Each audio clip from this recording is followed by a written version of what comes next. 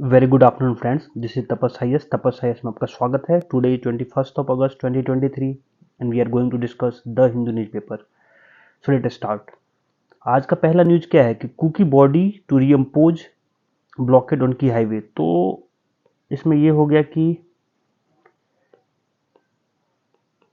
Maiti versus cookie का आपको पता ही है, लगातार मैं कवर कर रहा हूँ। अब ये कुछ एनएच को ब्लॉकेड कर दिए हैं और कुकी भाई साहब ने भी ब्लॉकेड कर दिए हैं। तो इसेंशियल्स सर्विसेज लाइक मेडिसिन, खास के मेडिसिन फॉर चिल्ड्रेन ले जाने में दिक्कत हो रही है, तो उसको लेकर न्यूज़ में है। और इसमें रीजन ये था कि इसमें जो कुछ दिन पहले नागा एरिया, मतलब नागालैंड नहीं, नागा एरिया डोमिनेटेड एरियाज जो थे जिसमें रहते थे कुकी, वहाँ पे 3 लोगों की हत्या हो गई है। तो ये फर्स्ट टाइम ऐसा हुआ है कि नागा डोमिनेटेड एरिया में कुकी का कुछ दिन पहले लास्ट वीक 3 कुकी जो village volunteer where killed in Naga dominated उख उखरुल डिस्ट्रिक्ट्स, तो उसमें हो गया था। तो उसको लेके भी है, आक्रोश है। और फिर मैती वर्सेस कुकी तो लगातार चल ही रहा है। और ये कहना क्या चाह रहे हैं, ये कह रहे हैं कि जो हाईवे प्रोटेस्ट इसलिए कर रहे हैं कि हाई ब्लॉकेड की protest against the failure of government of India to protect the Kuki Zo community. तो आपने गवर्नमेंट ऑफ इंडिया के खिलाफ अगेंस्ट एक टाइप का डिमॉन्स्ट्रेशन है कि आप सेफ्टी जो है कुकी जो को इंश्योर नहीं करा पाए। तो एक टाइप का ये है। फिर तो इन्होंने किया, तो फिर मैती वाले जो एरिया, तो ये जो है वो वैली, आपको पता ही है कि मैती जो है वो मोस्टली वैली एरियाज में रहते हैं। और कुकीज जो है, आपको मैं सारा डिफरेंसेस करवा चुका हूँ। आप एक बार मैती वर्सेस कुकी वाला जो है हमारा वीडियो है मणिपुर क्राइसिस पर, आप देख लीजिएगा। और कुकी जो है वो कौन से एरिया में रहते हैं, कुकी जो रहते हैं वो हिल्स एरिया में रहते हैं। तो ये वैली तक नहीं एसेंशियल सर्विस पहुंचने दे रहे हैं और ना ये हिल्स तक पहुंचने दे रहे हैं। तो उसको लेके एक टाइप का ये हो गया। और उस गवर्नमेंट और जो एजेंसीज हैं वो कह रही हैं कि ऐसे कंडीशन में भी NH2 जो है वो न्यूज़ में है, ऐसे कंडीशन में भी इंश्योर करा सकते हैं और कराया जा रहा है कि जो इसेंशियल मेडिकल सर्विसेज हैं वो उसको रोका ना जाए, उसको डैमेज ना किया जाए और उसको पहुंचाने दिया जाए। तो और वो लोग कह रहे हैं कि ऐसा पहुंच भी रहा है सामान, तो ऐसा नहीं है। तो ये एक न्यूज़ में था। आपको बस ये याद रखना है कि कुकी जो विलेज वॉलंटियर्स की थोड़ी दिन पहले 2-3 लोगों की हत्या हो गई है, वो भी नागा डोमिनेटेड में। तो ये एक नया टाइप का चीज़ है कि ये नागा वाले एरिया में भी अगर ऐसी चीज़ें होने लगे तो फिर तो दिक्कत है। तो उसको लेकर थोड़ा सा एक इशू है। फिर नेक्स्ट ये है कि appointment of Manipur high court chief justice delay. अब ये है इनका जो है मणिपुर का हाई कोर्ट चीफ जस्टिस जो है उसका वो होना था 5 तारीख को, उन्होंने दिया था जुलाई 5 को, और अभी तक उनको अप्रूव नहीं किया गया है। वो दिल्ली के कोई जज हैं, उनको वहाँ का बनाया जा रहा है। तो देखेंगे डेवलपमेंट में क्यों नहीं हो रहा है। यहाँ पे होना तो बहुत ज़रूरी है कि आपको लॉ एंड ऑर्डर को चेक रखने के लिए जुडिशरी का वहाँ स्ट्रांग होना बहुत ज़रूरी है। सो जुडिशरी का, जब जुडिशरी स्ट्रांग होगी तो डेफिनेटली लॉ एंड ऑर्डर पे चेक रखेगी। तो उसको लेके थोड़ा सा जल्दी अपॉइंटमेंट होना चाहिए। आप लोग कमेंट में ज़रूर लिखिएगा कि chief justice of high court को कौन अपॉइंट करता है, कौन से कॉलेजियम सिस्टम में कौन कौन होते हैं ये सब, और कौन से आर्टिकल के अंदर में ऐसा होता है। तो आप लिखिए। और मैं तो पॉलिटी क्लास का ऑलरेडी आपको स्टार्ट कर दिया हूँ सीरीज, तो उसमें तो पूरा पढ़ाऊंगा ही पढ़ाऊंगा, अगर आपको कोई भी डाउट रहेगा तो। अब ये है कि पल्स को लेके फिर से न्यूज़ में आ गया। अभी तो आपको पूरा टोमेटो से टोमेटो की महंगाई जो थी अभी तक लोग झेल नहीं पा रही थी। अब पल्स को लेके एक न्यूज़ है कि पल्स जो है, पल्स का ये प्रोडक्शन देखेंगे आप, ये तो उसका जो निगेटिव हुआ है, मतलब जो सोइंग एरिया है और जो जिस पर्टिकुलर सोन एरिया जो कहलाता है कि कितना एरिया में पल्स की खेती होगी पर्टिकुलर ईयर के कंपेरेटिवली में, और या पर्टिकुलर मंथ के कंपेरेटिव में, तो वो निगेटिव में जा रहा है। तो इसका मतलब जो है राइस, जो राइस भी था पहले ऐसे कंडीशन में, लेकिन राइस ने सुधार किया है अपने उसमें सोन एरिया में। आपको पता ही है कि मानसून एरिया चल रहा है, मानसून टाइम चल रहा है, तो उसमें ये सब चीज़ें स्टार्ट होती हैं। तो जब ऐसी चीज़ें हो रही हैं तो आपको ये देखने की ज़रूरत है कि पल्स के ऊपर क्या इम्पैक्ट पड़ेगा। क्या हमको पल्स, इससे पहले भी हमने एक बार इंपोर्ट किया था, तो क्या ऐसी स्थिति आ जाएगी कि पल्स इंपोर्ट करने पड़ेगी अगर ये सोन एरिया, और अगर जो उसका इस बार का जो एरिया है अगर उसमें अगर कम में अगर खेती होती है तो डेफिनेटली आपको इंपोर्ट करनी पड़ेगी कहीं ना कहीं किसी पर्टिकुलर कंट्री से। अब वो कौन सी कंट्री है आप सबको पता होगा तो बताना कि वो कौन सी कंट्री है जहाँ से हम पल्स पिछले साल या पिछले जब ऐसा सिचुएशन हुआ था तो हमने वहाँ से मंगवाया था। तो आप उसको देखिएगा। और ये है कि अगर ये इस टाइप की चीज़ें होंगी तो डेफिनेटली जो इन्फ्लेशन पे है फिर से इम्पैक्ट पड़ेगा। तो अब देखते हैं क्या राइटर क्या लिखना चाहते हैं। वही है, तूर दाल और मूंग दाल का जो है प्रोडक्शन जो है वो कम होगा तो डेफिनेटली जो इसका प्राइस होगा वो बढ़ेगा। फिर क्या कहते हैं, acreage of pulse is now 9.2% below last year level compare to -7 previous year. So मतलब ये भी माइनस में चला गया है, तो उसको देख के कुछ नहीं है। तो आप केवल ये याद रखना कि इसमें कि पल्स की वजह से फिर से इन्फ्लेशन होने वाले हैं। तो जब भी ऐसी चीज़ें आए तो हमारे लिए क्या इम्पोर्टेंट है, हमारे लिए ये इम्पोर्टेंट है कि WPI वर्सेस CPI, कुछ नहीं करना है आपको, WPI और CPI इन्फ्लेशन चेक कर लेना है। जैसे होलसेल प्राइस इंडेक्स है और ये कंज्यूमर प्राइस इंडेक्स है, तो आप इसको देख लेना। मैं आपको बार बार कहता हूँ कि इसमें 5 6 चीज़ें ऐसी होंगी कि कौन रिपोर्ट निकालता है, मंथली होता है कि एनुअली होता है, और उसमें कौन कौन से वो शामिल हैं। बस आप उस चीज़ को ध्यान रखो। बार बार मैंने इसको भी करा दिया है, आप इसको, इसका लिंक डाल दूंगा, आप उसको भी देख लीजिएगा। तो WPI वर्सेस CPI देख लेना बस, ठीक है। आपको केवल उतना पता होना चाहिए इन्फ्लेशन। आप अगर हर चीज़ का वो करने जाओगे, यस, अगर पल्स की खेती अगर इतनी प्रोडक्शन अगर कम हो जाएगी तो डेफिनेटली हमें ये देखना है कि हम कौन से कंट्री से इसको इंपोर्ट कराएंगे, या सरकार जो है वो सब्सिडी रेट पे पल्स मार्केट में लेके आएगी, ताकि जो है जो प्राइस है, आप सबको पता होगा कि अभी ने गवर्नमेंट ने टोमेटो को लेके क्या किया है। अगर नहीं पता है तो मैं बता देता हूँ। तो अगर टोमेटो का रेट अगर इंक्रीज हो जाता है और बहुत ज़्यादा इंक्रीज हो जाएगा तो सरकार क्या करेगी, टोमेटो का जो खुद के पास उसके बाद जो भंडार होगा या किसी से लेके उसको कम रेट में मार्केट में निकाल देगी। उससे क्या होगा कि जिनके पास स्टॉक में रहा होगा, जो होल्डर्स हैं, जो उसको इकट्ठा करके रख लिए हैं, अब ब्लैक मार्केट तो नहीं कह सकते, लेकिन अब मान लो कि उसने इकट्ठा कर लिया कि प्राइस बढ़ेगा तब बेचूंगा, तो इसके ऊपर टेंशन हो जाएगा कि मार्केट में टमाटर आ गया है, तो ऐसा ना हो कि मेरा सामान बर्बाद हो जाए, बिके ना। तो वो मार्केट में वो अपना टमाटर लॉन्च करना स्टार्ट, प्रोडक्ट को लाना स्टार्ट करेगा। तो इससे क्या होगा, ओवरऑल मार्केट में टमाटर का प्राइस कम हो जाएगा, रिड्यूस हो जाएगा। सो ये है।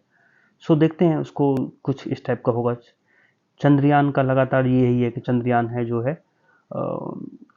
अभी जो है वो 21 तारीख को लैंड होने वाला था। कहाँ पे, साउथ साइड ऑफ मून। अब वेडनेसडे को 6 बजे होने वाला है, 6:04 पे। तो होने देते हैं, फिर देखते हैं इसके बारे में। और इसमें कैसे, कौन सी सिस्टम काम कर रही है वो जानने की ज़रूरत नहीं है कि पहले बूस्टिंग हुआ होगा तो डेफिनेटली डी बूस्टिंग किया होगा, उसकी स्पीड को तोड़ा होगा, इसको स्पीड को ब्रेक करोगे तभी जाके वहाँ पे सॉफ्ट लैंडिंग हो पाएगी। तो ये सब डेली लिखेंगे, जब तक एक बार हो जान दो फिर उसके बाद डिस्कस करेंगे। ये ये थोड़ा डिस्टर्बिंग है, लगातार डिस्टर्ब कर रहा है कि हिमाचल प्रदेश में जो हुआ था उसमें अभी तक NDRF जो है वो काम कर रहे हैं लगातार।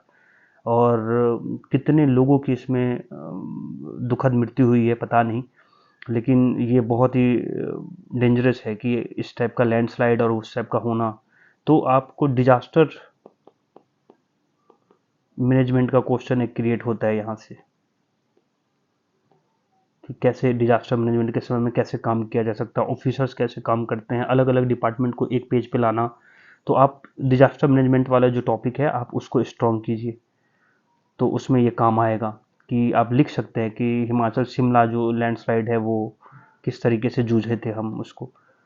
ठीक है, ये CWC में इनका नाम आया है। कांग्रेस वर्किंग कमेटी के अंदर में सचिन पायलट, एक जवान और एक थोड़ा सा एक्सपीरियंस शशि थरूर, और भी बहुत लोगों का आया है, तो इनका नाम आया है। तो कोई ठीक है, शशि थरूर ने उस पर थैंक यू भी ट्विटर पे, जो अब एक्स हो गया है, उसके ऊपर उन्होंने दिखाया कि 150 से साल पुरानी ये परंपरा में हमें रखने के लिए धन्यवाद। एक ये बड़ा डिस्टर्बिंग न्यूज है कि एक senior women and child development department जो है वो गवर्नमेंट, दिल्ली गवर्नमेंट में, उसने एक बच्चे के साथ लगातार जो है वो दुष्कर्म करने की कोशिश किया, एक टाइप का हीनियस क्राइम, आप रेप करने की कोशिश किया, लगातार कंटिन्यूस रेप करने की कोशिश किया। और उसके ऊपर बहुत सारे प्रोविजन जैसे लगाए गए हैं, रेप का चार्जेस, क्रिमिनल इंटिमिडेशन का charger, insulting a women modesty 354 के अंदर आता होगा वो, और causing hurts, causing miscarriage with consent. उसके बाद जो प्रेग्नेंट हुए तो उसको उसको हटा भी दिया, उसको पिल्स विल्स खिलाया, फिर पॉक्सो लगा। तो ये एक बड़ा एक सर्विंग गवर्नमेंट ऑफिशियल्स, एक तो ये कि ओवरऑल सोसाइटी में कहीं भी हो रही है तो वो अपने आप में गलत है, लेकिन ये लोग जिनके ऊपर protect protection of law and order या इम्प्लीमेंटेशन इम्प्लीमेंटेशन ऑफ लॉज, जिनके पास ये काम हो, और अगर ये इस टाइप का काम करेंगे तो सोसाइटी में बहुत अच्छा मैसेज नहीं जाता है। So we as a officer always care about these things, कि हमारे लिए इमेज, हमारी जो मोरालिटी, हमारे अंदर की जो वैल्यूज़ है, वही हमारी जो है वो कोड चीज़ें हैं, हमारे अंदर की जो एथिक्स हैं, वैल्यूज़ हैं, कि हम इस सर्विस में आ क्यों रहे हैं, वो हमारे लिए मैटर करता है। और अगर इस टाइप के लोग, जो एक सीनियर ऑफिशियल दिल्ली गवर्नमेंट का, अगर इस टाइप की चीज़ें कर रहे हैं, ठीक है, एक बच्ची के साथ, तो डेफिनेटली उसको कड़ी से कड़ी सज़ा होनी चाहिए, और इंश्योर करे गवर्नमेंट कि ऐसे लोग दोबारा इस पोस्ट पे बैठे ना।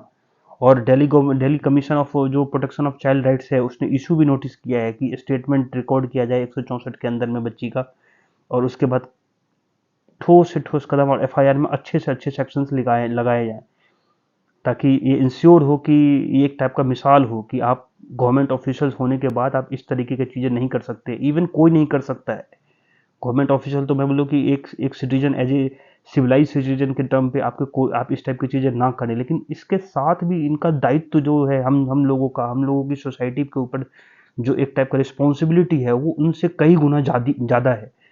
तो हमें ये देखने की ज़रूरत थी, और ये बहुत ही डिस्टर्बिंग न्यूज़ है कि आप दिल्ली से ही आया है। नेक्स्ट देखते हैं क्या है। काफ़ी सारी पॉलिटिकल न्यूज़ है। अमित शाह ने, आपको पता है कि MP में इलेक्शंस हैं, बार बार मैं छोटी मोटी न्यूज़ें रख लेता हूँ आपको। MP में इलेक्शन है, स्टेट लेजिस्लेटिव असेंबली का इलेक्शन है, दिसंबर में होने वाला है, दिसंबर 2023। तो उस पर चुप्पी साध लिया अमित शाह ने कि CM वापस शिवराज सिंह चौहान होंगे कि नहीं होंगे। अब देखते हैं, शिवराज सिंह चौहान नहीं होंगे तो कौन होंगे, लेकिन ये है अभी के लिए। फिर अजित को बोला है कि आप ED के डर से डर गए थे। अजित पवार को शरद पवार ने कहा है, शरद पवार की पार्टी तोड़ दी थी, आप सबको पता होगा। फिर उसके बाद एजुकेशन को लेके लगातार न्यूज़ में है तमिलनाडु, और स्टालिन ये ने कहा भी था बीच में, मैंने आप लोग को पढ़ाया था कि स्टालिन ने कहा था कि एजुकेशन को वापस दे दो, स्टेट को वापस दे दो। आप समझ रहे हो, तो आप स्टेट को वापस कर दो। क्यों? क्योंकि रीजन ये बोले थे कि जो नीट में कुछ एक दो बच्चे जो है नीट में सुसाइड कर लिए, उसका सिलेक्शन नहीं हुआ, तो तमिलनाडु गवर्नमेंट अपना कुछ लाना चाहती है कि ताकि इस पे इम्पैक्ट ना पड़े। और इसको मैंने समझाया था कि अभी जो एजुकेशन है वो कंकरेंट लिस्ट में है।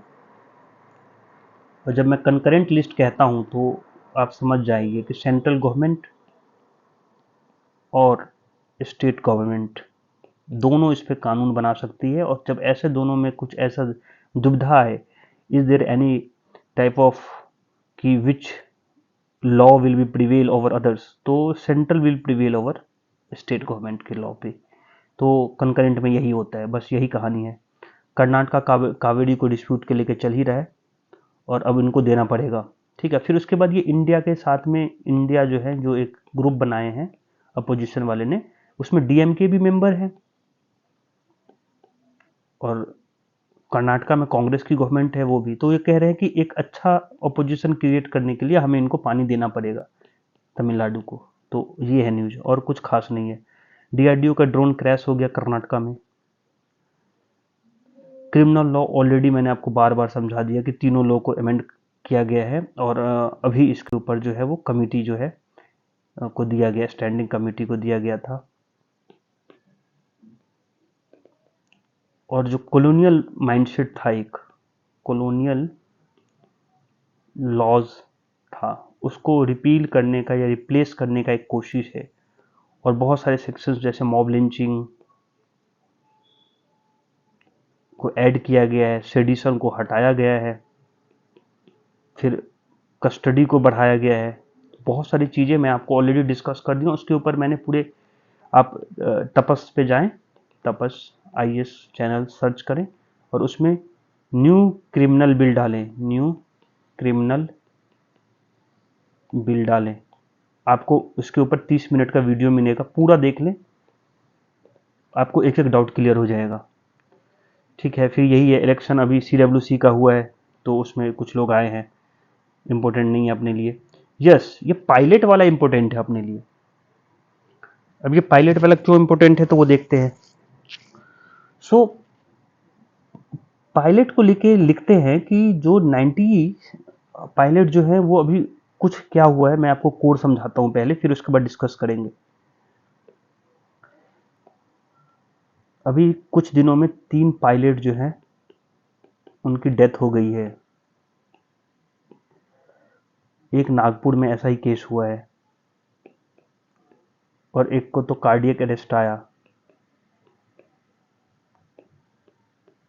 सो ये पायलट के, और फिर उसमें रीजन बताते हैं कि why this thing happening, reason of that, कि रीजन क्या है कि क्यों मर रहे हैं। तो एक तो स्लीपिंग के रीजन से कि उनको काम ज़्यादा मिल रहा है और 7 दिन में 1 दिन ऑफ है उनका वीक में, जबकि ग्राउंड वर्क्स जो करते हैं उनको 2 दिन वीक ऑफ रहता है। तो एक तो ये हो गया। फिर उसके बाद कुछ लोग जो है वो मेडिकल पे हैं, मेडिकेशन पे हैं, तो मेडिकेशन लेते हैं तो उससे भी इम्पैक्ट पड़ता है। फिर जो ट्रेनिंग है, ट्रेनिंग भी थोड़ी सी कमी है, ऐसा राइटर की डिफ़ॉल्ट ट्रेनिंग है, ट्रेनिंग की ऐसा। तो कुछ रीज़न है जिसकी वजह से इनकी डेथ हो रही है। फिर उसके बाद ये कह रहे हैं कि हमें क्या करना चाहिए, और फिर उन्होंने एक्सपीरियंस बताया है कि कैसे कैसे ऐसी चीज़ें हुई थी। अब देख लेते हैं, थोड़ा सा इम्पोर्टेंट लगा मुझे क्योंकि ये कुछ नया आया है आज पेपर में तो पढ़ने का मन हुआ। ऑन अक्टूबर 12 1976 इंडियन एयरलाइंस जो था, और हाँ एक और भी चीज़ था मैं आपको बता दूं कि 3 तो ये हो गया स्लीपिंग की वजह की, आपको कम समय मिल रहा है, मेडिकेशन पे हैं, आप दवाई ले रहे हैं, आप स्लीपिंग नहीं कंप्लीट होगा तो डेफिनेटली कुछ मेडिकेशन तो लेंगे आप, और या फिर कोई और भी रीजन हो सकता है। और चौथा जो था कि इंटरचेंजेबल ड्यूटी या inter operable duty, that means कि आप पायलट हैं स्पाइस जेट के और आप उड़ा रहे हैं कोई मान लो लुफ्तियाना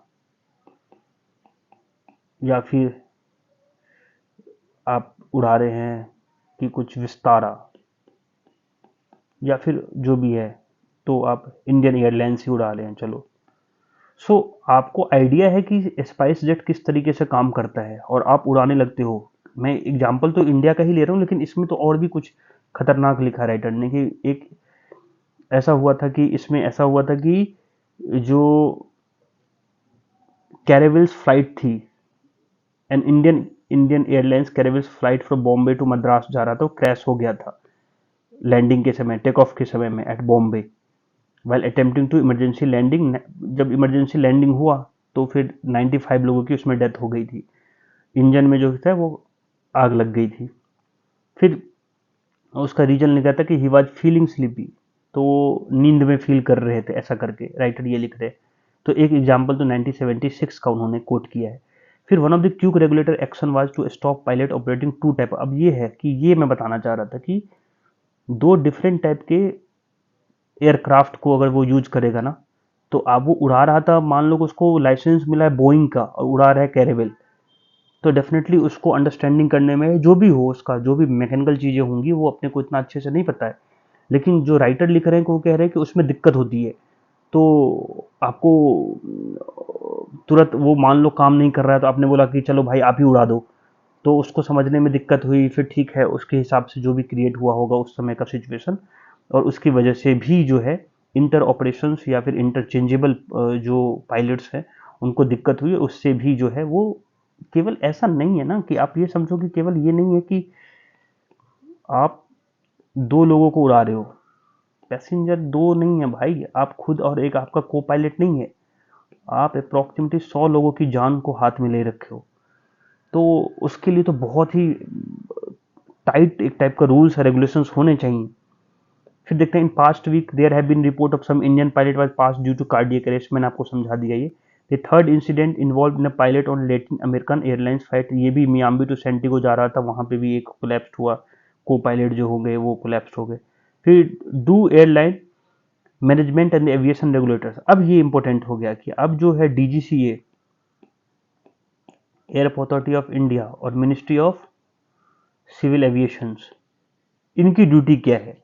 do airlines management and aviation regulator in India understand the importance of fatigue and sleep deprivation. तो क्या ये लोग समझ भी रहे हैं कि स्लीप डिप्राइवेशन क्या होता है, या फिर उनके लिए profit and passenger numbers are only the important factor in Indian Airlines, या फिर वो उनके लिए जो है प्रॉफिट ही मैटर करता है कि हमें ये सब नहीं, आपको तो काम करना है, हमें तो प्रॉफिट से मतलब है भाई, हमें प्रॉफिट दिखता है। तो उसको लेकर राइटर ये कह रहे हैं, did not the loss of over 150 life, आपको नहीं लगता है कि 150 लोगों की जो मृत्यु है एयर इंडिया एक्सप्रेस क्रैश जो हुआ था IX 812 वाला, ठीक है, वो मैंगलोर 2010 में, still the consequence of all these involve, तो ये इस सब चीज़ों से इन्वॉल्व था। तो डीजीसीए को और एमओसीओ को क्वेश्चन पूछ रहे हैं Reuters. India has one of the worst set of rule on flights and duty time limitation in डिजिबिलिटी, यही बोलने की कोशिश कर रहा हूँ कि बहुत टफ है पायलट की ज़िंदगी की। आपको 7 दिन में आपको एक दिन छुट्टी मिल रहा है और आपको लगातार आपको फ्लाइट उड़ाने हैं, आपको वैसे समय पे जहाँ पे प्रिसीजन बहुत मैटर करता है कि जो टेक ऑफ, अगर आप लोग फ्लाइट में बैठे होंगे, टेक ऑफ और लैंडिंग के समय में प्रिसीजन बहुत मैटर करता है। तो ऐसे समय पे आपको समझना चाहिए, और एक बुक को उन्होंने सजेस्ट किया है ऐसा कि balancing the life, balancing the self को। Airline will claim the that all their pilots are well train and meet minimum standard, और ये तो कुछ तो मिनिमम स्टैंडर्ड्स जो है उनको भी फॉलो नहीं कर रहे और उनमें दिक्कत है। लेकिन एयरलाइन तो हमेशा कहता है कि नहीं भाई, जो हमारे जो पायलट हैं वो मिनिमम जितने भी स्टैंडर्ड्स होंगे और जो भी एक गाइडलाइन है उसको फॉलो करते हैं। तो राइटर ये बोल रहे हैं ह्यूमन एंड ह्यूमंस। फिर एक राइटर टोरंटो एयरपोर्ट्स वाले जो A5 एयर फ्रांस AF 358 वाला जो था इंसिडेंट था, उनमें बोला गया कि उसमें लिखे थे, क्या लिखे थे कि human and humans they are not machines. So when are the MOC and DGCR airlines going to wake up this wisdom, ये कब समझेंगे, कब ज्ञान की बातें इनको समझ में आएगी। Duty time for crew is not a one size fit for all matter, तो वही है, अब ड्यूटी साइज की बात कर रहे हैं। At different time of the day and the कार्डियन low comes onto play in the hours of that fall from midnight to sun, जो रात को और रात से जो सुबह चलाते हैं उनके लिए अंतर है। The number of landing a pilot performs during his duty performs add to the fatigue levels, तो ये कितने नंबर ऑफ लैंडिंग कराएगा एक पायलट, वो भी उसका परफॉर्मेंस को डिपेंड करता है। फिर स्लीप डिप्राइवेशन को लेके मैंने बता ही दिया कि sleep deprivation and micro sleep condition for between 5 to 15 second during the approach and landing phase have been identify a cause of incident, तो ये एक चीज़ है। और इसमें तो एक चीज़ और भी है कि मैं तो बताना भूल गया आपको कि इसमें ये है कि जब लैंडिंग होती है तो पल्स रेट होता है, वो जो धक धक धक धक धक धक करता है ना, उसको अप्रोक्सीमेटली 200-240 हो जाता है इन लोग का, क्योंकि उनको पता रहता है कि उनको भी एंजाइटी होती है, तो आप उसको समझें। Flying crew in India on the other hand get, देखिए फ्लाइंग क्रू का जो है उनको एक एक दिन का वीक है, जबकि जो ग्राउंड वाले बंदे हैं उनको 2 दिन का वीक है, तो छुट्टी है, तो वो उसको लेके है। फिर ये है कि फैटल एक्सीडेंट मैंगलोडू और कोजिखेडू में जो हुआ था उसको लेके राइटर लिखते हैं कि the pilot they are taking medicine ले रखे थे, तो मैंने वो भी आपको बता दिया कि मेडिसिन पे थे।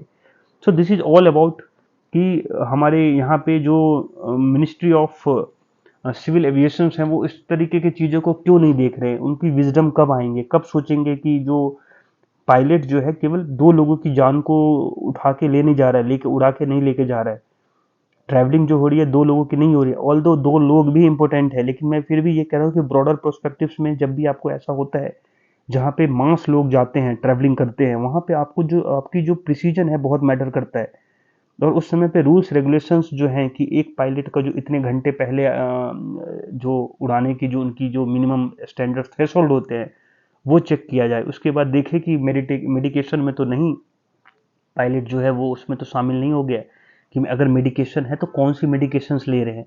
फिर स्लीपिंग पैटर्न देखे उनको, फिर उनको प्रॉपर छुट्टी दे, फिर उनको एक जो ऑपरेशन है कि एक जो फ्लाइट जो उड़ा रहे हैं उनको इंटरचेंजेबल ना करे कि बोलो आज ये उड़ा लो कल वो उड़ा लो, तो उसमें भी दिक्कतें हैं। फिर उसके बाद डिफरेंट डिफरेंट गाइडलाइंस निकालें और इसके बेस पे पूरे जो एक टाइप का मिनिस्ट्री है उसमें ओवरऑल चेंज करने की ज़रूरत है।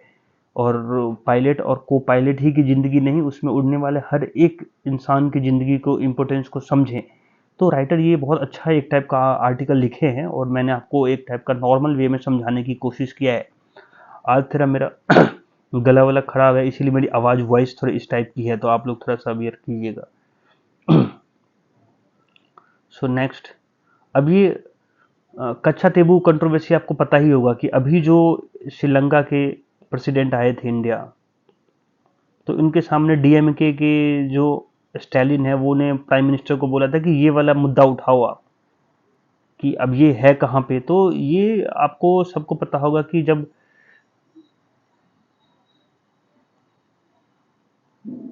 मैं तो बहुत ही बुरा हूँ, तो ये वाले इधर जो पाक स्टेट है, इधर कहीं श्रीलंका है, तो आप देखिएगा कि यहाँ कहीं वाला एरिया जो है ना, यहाँ कहीं, सो ये वाला एरिया में यहाँ, सो यहाँ पे कहीं पे इस साइड तो नहीं, हाँ लेकिन यहीं कहीं पे ये एक कच्चा तेबू कंट्रोवर्सी, यहाँ पे एक आइलैंड है, आइसलेट है, आइलैंड तो नहीं है, आइसलेट है, छोटा सा आइलैंड, जहाँ पे दोनों साइड के जो फिशरमैन हैं श्रीलंका के और इंडिया के, यहाँ पे जाते हैं और इसको लेके डिस्प्यूट हो गया है। और जो श्रीलंका है ना उस पर अपना क्लेम किया है, श्रीलंका कहता है कि ये जो आइसलेट है वो हमारा है, तो इसको लेके एक कंट्रोवर्सी चल रही है, तो थोड़ा सा समझ लेते हैं। तो ये एक टाइप का अन इनहेबिटेड, वहां पे कोई लोग रहते नहीं, बैरन टाइप का 285 एकड़ का एक आइसलेट है और 14 नॉटिकल माइल्स ऑफ रामेश्वरम है। तो रामेश्वरम से आपको पता है, रामेश्वरम जो है वो एक होली प्लेस है हिंदुओं के लिए, तो वहां से तमिलनाडु के में एक टाइप का इस साइड कहीं पे है रामेश्वरम, यहाँ कहीं पे रामेश्वरम है यहाँ, तो आप इसको समझिए। तो एक टाइप का ये है कि रामेश्वरम ही रिएटरेटेड द डिमांड फॉर रिट्रीवल्स, और ये डीएमके कह रहा है कि इसको वापस इंडिया में लिया जाए और put a permanent end to the problem of fisherman. तो फिशरमैन के लिए एक प्रॉब्लम है ये, इसीलिए कि फिशरमैन वहां चले जाते हैं, फिर उनको श्रीलंका वाले वहां उसे उठा लेते हैं, फिर इंटरवेन करने के बाद इंटरवेन करने के बाद फिशरमैन को तो छोड़ देते हैं,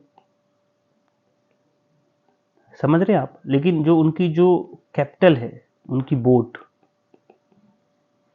बोट उनका जान है, यही तो उनकी लाइवलीहुड है। और वो जो जाली होता है नेट, ये दोनों कब्जे में रख लेते हैं, तो हो गया, लाइवलीहुड तो खत्म ही हो गया बंदे की।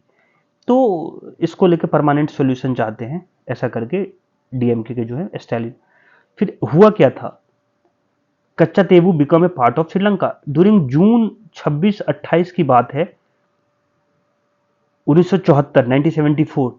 प्राइम मिनिस्टर ऑफ इंडिया उस समय पे इंदिरा गांधी हुआ करती थी, और जो उन साइड के थे भंडार नाइके थे, साइन एक एग्रीमेंट किया और डिमार्केट किया कि boundary between two country in the historical water from Palk Strait to Adam bridge. तो पार्क स्टेट से लेकर एडम ब्रिज को एक ने उन्होंने बाउंड्री एस्टेब्लिश किया और फिर ज्वाइंट स्टेटमेंट दिया है। और उसमें क्या लिखा गया, in conformity with the historical evidence, legal international principle and precedent, it also pointed out this boundary falls on the 1 mile of the west coast of the uninhabited केज। तो इस साइड के जो वेस्ट से इस साइड की जो वो हुई, वो इंडिया की हुई इस टाइप का। और ये हिस्टोरिकल चीज़ों के बेस पे इन्होंने कदम उठाया और इन्होंने इन दोनों ने लिया।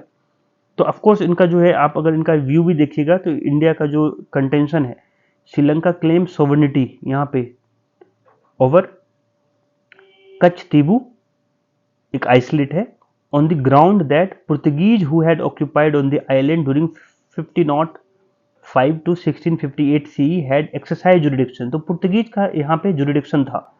और इंडिया कंटेंशन वेज दैट जो इंडिया का कंटेंशन था कि यहाँ पे अर्स्टवाइल राजा जो थे रामनंद, वो इनके इनके ऊपर उनका कब्जा था, उनका पोजीशन इनका था जमीन के ऊपर।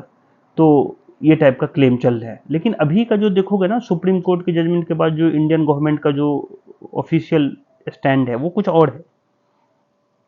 सुप्रीम कोर्ट में क्वेश्चन चल ही रहा है, लेकिन उसमें क्या क्या है, सरकार क्या कह रही है। इन दिसंबर ये देखो, in December 2022 this centre pointed out its reply in the Rajya Sabha that Katchatheevu lies on the Sri Lankan side of the Indian Sri Lanka international maritime boundary line. तो मतलब ये तो सरकार ऐसा मान लिया। It added that matter was subjudice in sub court, और add किया कि इस मैटर जो है अभी सबजुडाइज है। तो एक टाइप का जो है central government, that is BJP government versus Tamil Nadu state government, that is DMK. So इन दोनों के में एक पेज पे नहीं है, और फिर ऊपर से सुप्रीम कोर्ट में केस अलग है, सबजुडाइज अलग है।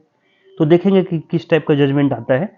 लेकिन इसके बीच में भी बहुत सारी चीज़ें हुई, अलग अलग गवर्नमेंट की सरकार आई, जब जयललिता की सरकार आई तब क्या हुआ, फिर करुणानिधि का सरकार था तब क्या हुआ, फिर करुणानिधि के समय में आपने अच्छे से प्रेशर नहीं डाला, इसकी वजह से इंदिरा गांधी ने दे दिया। तो वो पॉलिटिकल चीज़ें चल रही है।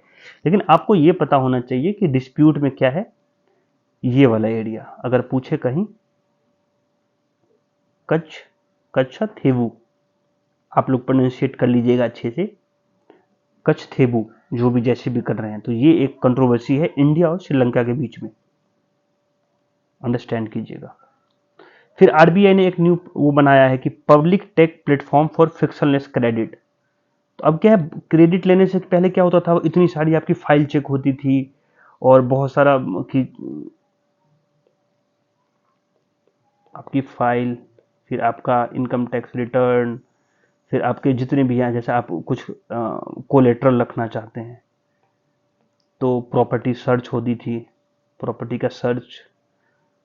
तो इस सब चीज़ों के बाद आपको लोन मिलता था, और इसमें बहुत टाइम। तो अब वो डिजिटल लोन मिलेगा, public tech platform of frictionless credit. तो एक टाइप का क्रेडिट जिसमें कि आपको डिजिटली क्रेडिट मिलेगा, और सारी चीज़ों को जोड़ के एक जगह पे, जैसे क्या जोड़ के, account aggregators, bank credit information company, digital anti authorities, इस बहुत सारे जो भी एक लोन देने से पहले की पहली प्रोसीजर है उसको डिजिटली इसको स्क्रूटनाइज कर लिया जाएगा, और आपको इजी लोन देने का एक व्यवस्था हो रही है। तो अगर आपको पूछे public tech platform for frictionless credit का मतलब क्या है, तो ये आरबीआई की एक सब्सिडरी है, उन्होंने किया है। मैं बता देता हूँ क्या है। ये है, the public platform will be developed by wholly owned subsidiary है, कौन, रिजर्व बैंक इनोवेशन हब्स। तो ये बना रहे हैं, और इससे आपको इजीली डिजिटल लोन मिलेगा। जैसे एक एग्जांपल के लिए उन्होंने दिखाया भी है कि जो किसान क्रेडिट कार्ड है उनको वो लोग लोन दे रहे हैं। ये है इधर द न्यू, ये दिखा रहे हैं कि the new platform would bring off all its together in single place. हर जगह हर चीज को एक जगह पे लेके रखेगा, to facilitate frictionless and timely delivery of loan. The central bank regulatory head institute a pilot project start किया है, digitalization of Kisan credit card loan of the less than 1.6 in September, ऐसा। तो ये एक टाइप का किसान क्रेडिट कार्ड को loan देने की कोशिश किया है। तो उसके लिए किसान क्रेडिट कार्ड को जिस तरीके से लोन देने की कोशिश किया पब्लिकली, पब्लिक टेक प्लेटफॉर्म के थ्रू, अब ऐसा नहीं है कि पेपरलेस होगा, आपको क्रेडिट पेपरलेस होगा, आपकी हर चीज़ जो होगी वो आपको डिजिटली, आपकी चेक के लिए ई केवाईसी हो जाएगा, हर चीज़ जो होगा वो हो जाएगा। और आपको ज़्यादा, एक एग्जाम्पल के लिए भी इन्होंने दिया है, एक बहुत अच्छा एग्जाम्पल है कि लोन वैल्यू का होता क्या है कि अगर ऐसा कोई सा भी लोन लेने जाओ ना तो 4 वीक लग जाते हैं, और 6% ऑफ लोन का जो वैल्यू है, टोटल वैल्यू का, वो खर्च हो जाता है लोन लेने में।